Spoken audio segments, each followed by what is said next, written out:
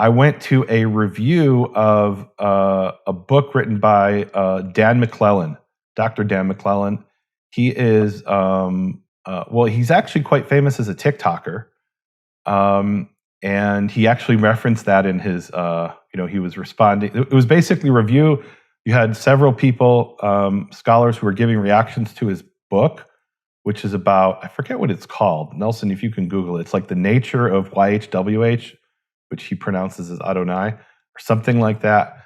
And what he's talking about is what was what was the understanding of God, of deity in ancient Israel. And then they had several scholars responding to his view, and there was some critique, but by and large, they agreed with him.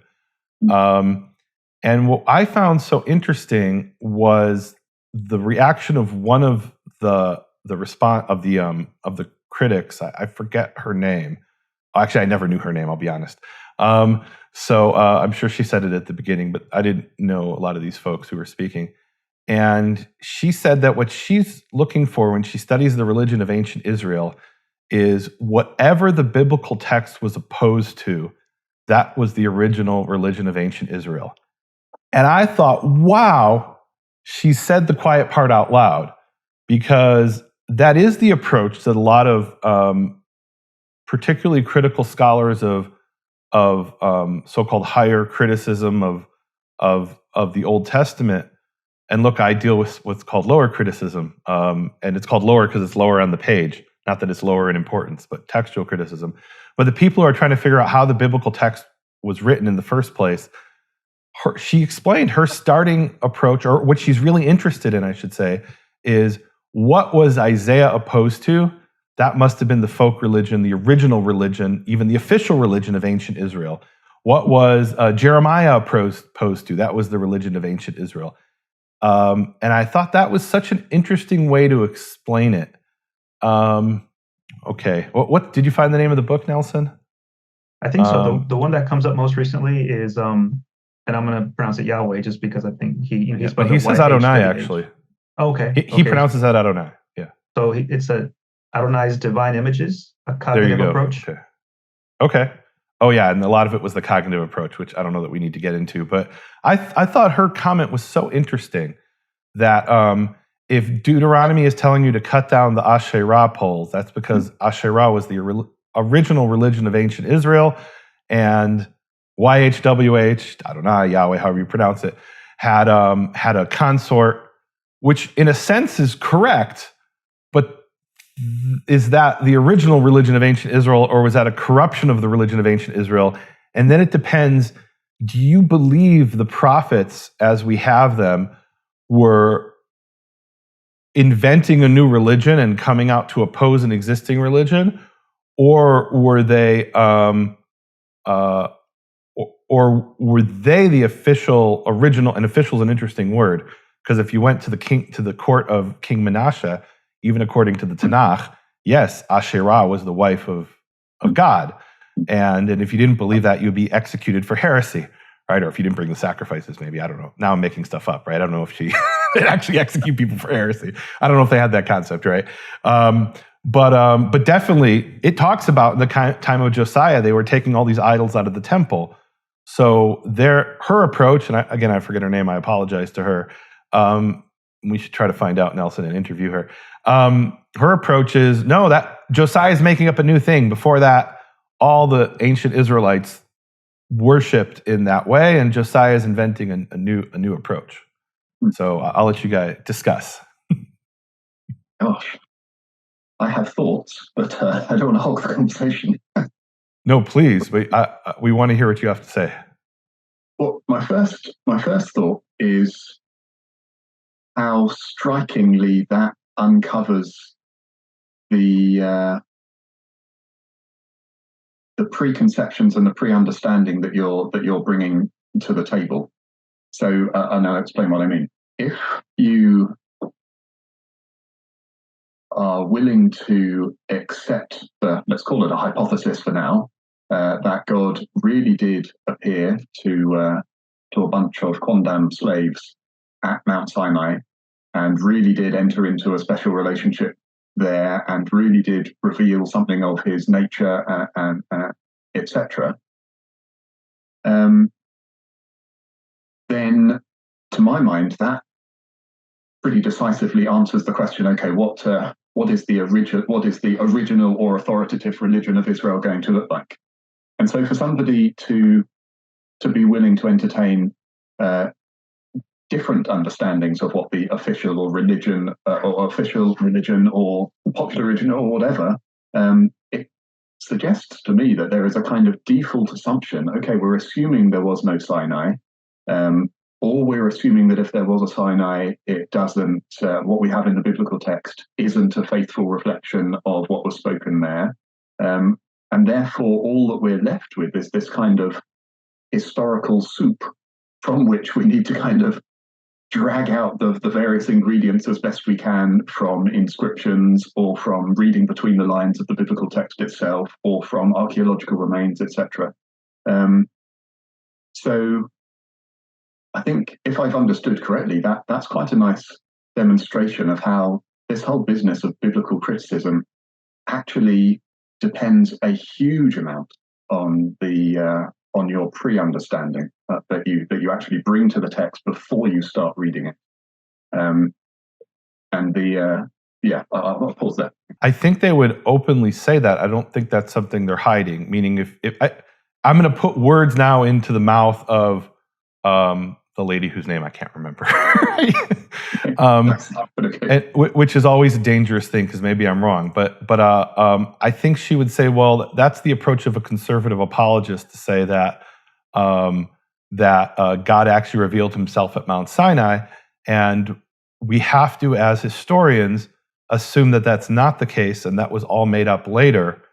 And then when they approach the New Testament, they'll say the same thing. That I'll give you an example. Like James Tabor has said, as an historian, I can't engage with Jesus rising from the dead. What I can engage with is people believe that Jesus rose from the dead, which is actually more than people are willing to stipulate in the case of Mount Sinai, right?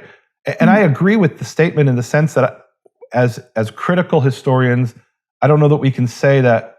I believe God revealed himself at Mount Sinai. But the question we can engage with is, did the ancient Israelites believe? Whether he actually did or not is a question of faith, because we weren't there.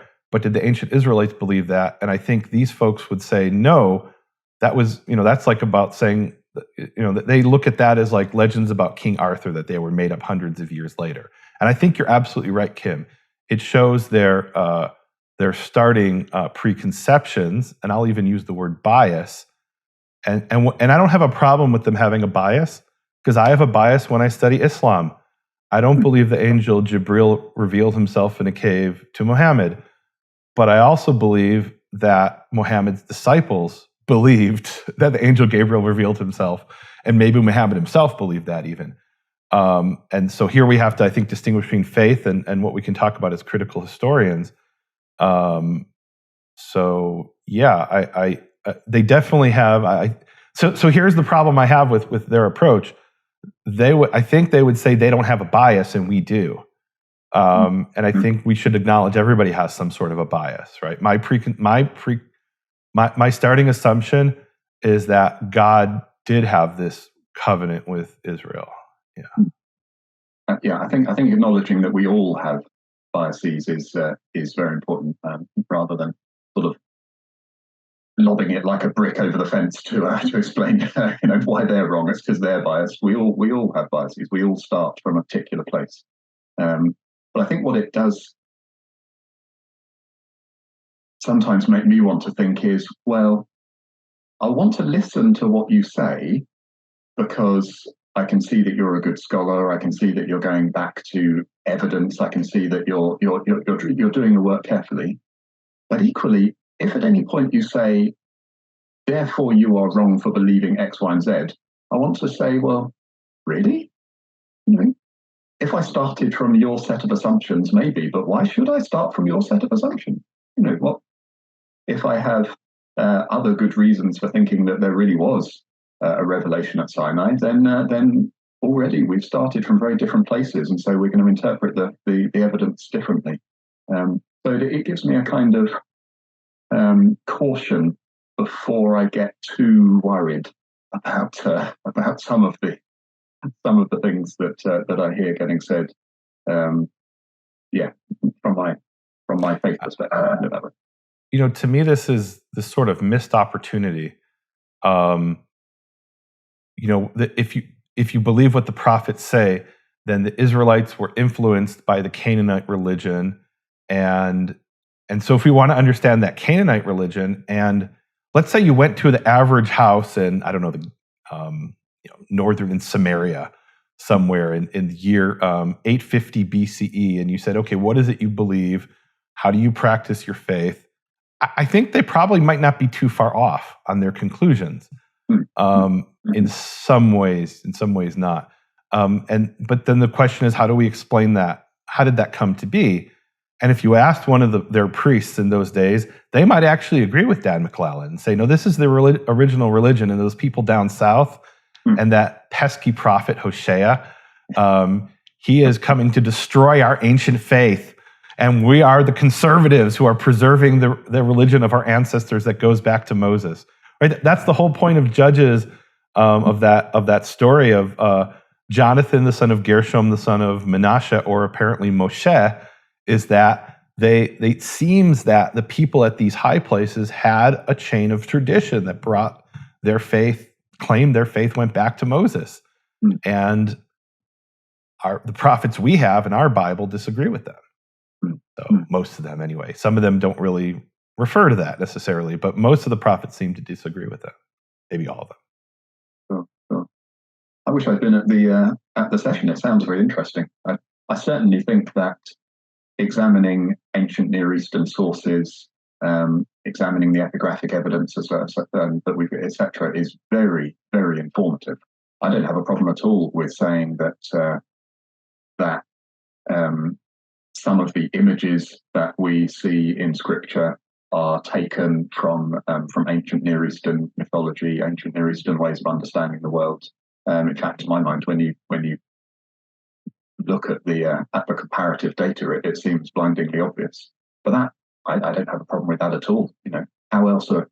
If a preacher today doesn't use images and metaphors that are relevant to today's culture, he's not going to be understood. And in the same way, if the prophets back then, they were communicators, so they had to use images that were meaningful, viable to their audience. That's a profound statement, Kim. And the example that comes to mind is where it talks about God in I think I want to say it's in Psalms, and it uses a bunch of metaphors that we have that are in the ancient Near East applied to Baal. Right? He's the rider on the clouds, and he's the one who brings thunder and lightning, and I may be misquoting it, right? But something to that effect, right? But that doesn't mean that they worship Baal. It means that, I'll use a modern Christian terminology when they talk about Christmas. They'll say this is a victory for the church, right? That's something I hear a lot, that there were, some people say, well, Christmas has pagan origins, the Yuletide log and all that. Okay, but if you're trying to convert a bunch of pagans in Norway, and they're not going to give up this symbolism, what you can do is reinterpret that symbolism as applying to Jesus rather than Zeus, right, or something like that. And it's not the exact same thing, but I think maybe there is some parallel. It is a similar strategy. What do you think? Yeah, I'm aware that I haven't really given Nelson much chance to respond, but I remember distinctly a sermon many years ago, and it will clarify to the people of the relevant age how long ago this was. When the preacher was talking about our access to God in prayer, and he was saying that in Christ our access is like broadband internet rather than dial-up internet. It's which, if I was trying to preach a similar sermon today, I wouldn't be able to use that, because people would go, "What's dial-up? I haven't got a clue." And so it was an example there of an image or a metaphor being used, which was incredibly bound to a particular period of time. 20 years earlier, people wouldn't have had a clue, because what on earth is broadband? 20 years later, people wouldn't have a clue, because what on earth is dial-up? But for that short period of time, it was a metaphor that spoke to people, that communicated. And so he was right to use it at that time.